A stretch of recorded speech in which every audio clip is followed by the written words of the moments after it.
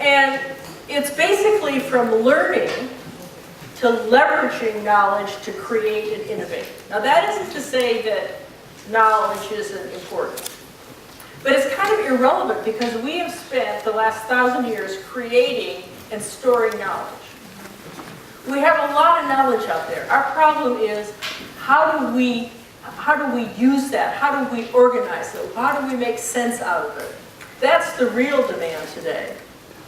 And so there's a lot of obsolescence of knowledge. What we thought was knowledge 5 years ago or 6 months ago turns out not to be knowledge. There's a continuous creation of knowledge, so there's no dearth of knowledge. It's just not creating knowledge, it's not a problem. The problem is sense-making. That's the problem. And I go back again to this group of people, this community, who really knows how to do creative problem solving. This is really, if you think about it, in some ways, if you can reframe it and think out of the box, you have the confidence that everybody wants. You know, how do you create, how do you use thinking your skills to help people do creative problem solving? So, the real challenge is effectively accessing and making sense with the knowledge that we have today in the age of big data. And the new skills of the future really are, there's a shift from technical to social intelligence to swarm intelligence. It's very different. You'll be looking for these kinds of skills. Be able to create unique insights fast and frequently in unexpected situations. The skill for information distraction management.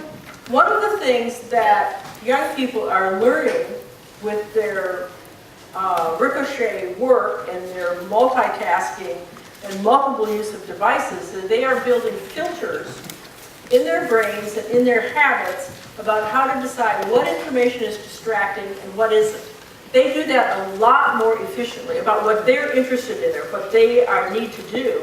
They're a lot more efficient about that than we are. That's a huge generational difference. We don't. It harasses us, and so we think it's got to be harassing and destroying them. And actually, most likely, and I really struggle to keep my mind open to this, having some of them around, is that it is the future. It really is. It's not saying goodbye to the brain. It's just we're able to really manage our brains and use our brains much more effectively in this environment of big data, which we have to do. This is all going to lead to the classroom of me.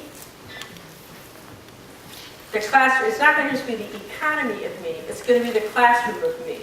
The impact, one of the big things we have to reinvent is education.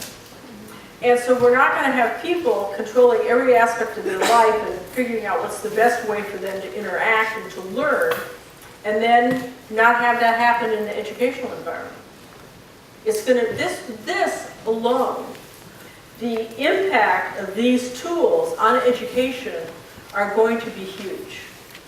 And they are not well understood by many of the teachers. People aren't equipped really. And we've underfunded education. We're not thinking out of the box and investing in what education needs to be in the future.